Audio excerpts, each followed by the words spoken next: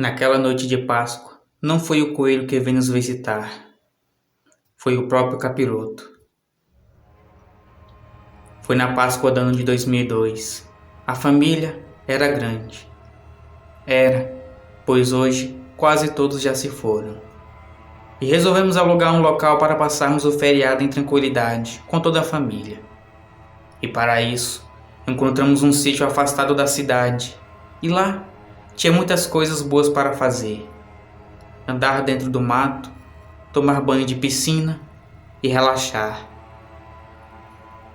Partimos para lá na quinta-feira depois do almoço. Uma van e um carro que coube toda a família, principalmente as crianças. Eu tinha 18 anos e por isso ainda me lembro bem daquele ocorrido. Meus tios prepararam uma janta deliciosa para nós. Logo depois fomos dormir, pois estávamos cansados da viagem. Acordamos na sexta-feira santa, como nossa tradição, tomamos a benção de joelhos. Logo depois fomos tomar café da manhã. Os mais velhos jejuaram até o meio-dia. As crianças foram brincar e nós, mais adolescentes, ficamos fazendo outras coisas. Na hora do almoço, aquele belo peixe, tanto cozido como frito. E depois fomos nos deitar nas redes do alpendre. A tarde daquele dia passou e logo, quando a noite caía, uma lua cheia linda surgia por trás das montanhas e árvores. As pessoas mais velhas tiveram a ideia de fazer uma fogueira e contar histórias do tempo de Quaresma. Muitas histórias de terror que deixavam a criançada com medo. Nós fazíamos medo a elas, mas no outro dia, quem teria medo seria nós. Depois das 10 horas da noite, apagamos a fogueira e fomos dormir. Aquela noite eu já percebi algo estranho por lá.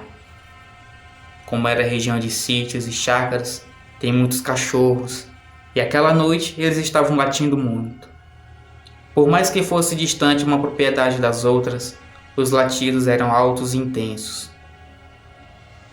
Ouvi sons estranhos também, como algo parecido com gritos e uivos.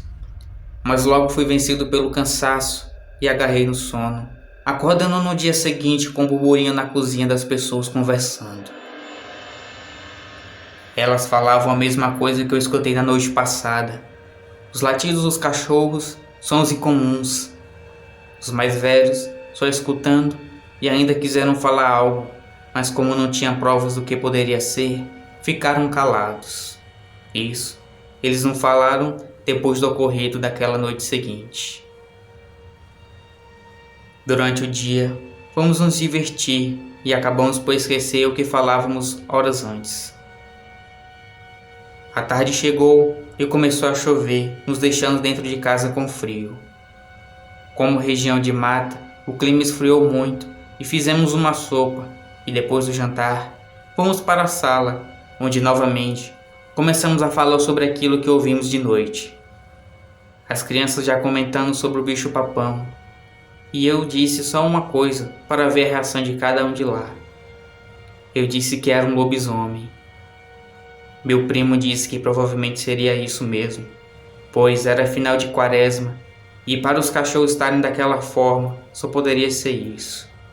E foi quando nossa avó disse que era bom ninguém sair de casa à noite até irmos embora, e se caso escutássemos algum barulho no lado de fora, não fôssemos olhar. Aquela noite fui dormir tarde pensando naquilo, mas nada aconteceu. O domingo seria nosso último dia lá, mas só iríamos embora na segunda-feira pela manhã. Então, aproveitamos o máximo. Tomamos banho de piscina, fizemos jogos em família até o horário do almoço. Depois, todos se deitaram nas redes e alguns dormiram. Quando o final da tarde já se aproximava, passou pela estrada um homem estranho em direção às outras propriedades, mas onde se concentrava a maior parte da mata daquela região. Mas pensando ser um caseiro ou um dono, nem ligamos e continuamos a se divertir. A noite logo chegou e com ela a lua cheia. Depois que já tínhamos terminado a janta, fomos arrumar as coisas para irmos embora logo pela manhã cedo. Meu pai e meu tio saíram para fora para tomarem um ar. Enquanto isso, nós fazíamos as malas e quando minha avó perguntou por eles, naquele momento, ouvimos um uivo aterrador. E foi quando eles entraram correndo, trancando a porta. Escutamos passos pesados de algo correndo igual um boi em direção à porta da frente. Nós já íamos perguntar o que era quando minha avó disse que aquilo era sim um lobisomem. O desespero tomou conta de quem acreditava e quem não. Foram até a janela e se arrependeram. E eu, como sempre quis saber como era um lobisomem, fui olhar pela janela e me arrependo amargamente de ter feito tal ato até hoje. Aquilo estava olhando para dentro da casa pela janela de vidro que, por Deus, tinha grades. Aquela besta era horrenda. Uma coisa que nem nos piores pesadelos é capaz de se parecer com o que nós vimos.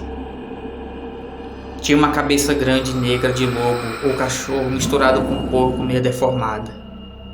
Orelhas grandes, olhos vermelhos como sangue, presas enormes capazes de arrancar um braço. Eu não vi o seu corpo, mas aquilo era muito grande. Saltei para trás e corri para os quartos onde o resto das pessoas estavam. A criatura não quis invadir a casa, só ficou rondando. Passou as garras nas janelas e nas portas. Aquilo uivava e urrava tão alto que nossos ouvidos doíam.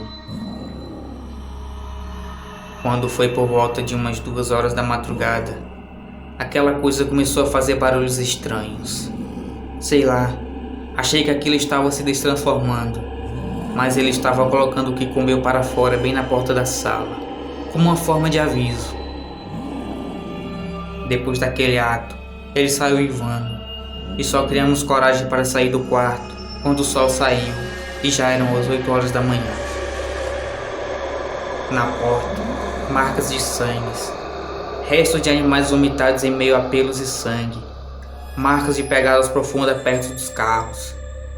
Nós saímos correndo e nunca mais quisemos ir para um local daqueles. Uma parte de quem viveu aquele ocorrido já não está mais entre nós, mas quem ainda vive sabe que aquilo não foi um conto que criamos para aterrorizar crianças danadas. Aquilo foi a mais pura realidade que vivemos no último dia de Quaresma, no domingo de Páscoa do ano de 2002, aterrorizados por um lobisomem, uma das criaturas que gostam de aparecer em tempos de Quaresma. Boa noite e fiquem com Deus. Antes do vídeo acabar, gostaria de desejar a todos uma feliz Páscoa.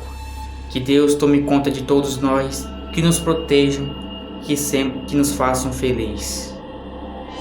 Boa noite e fiquem com Deus.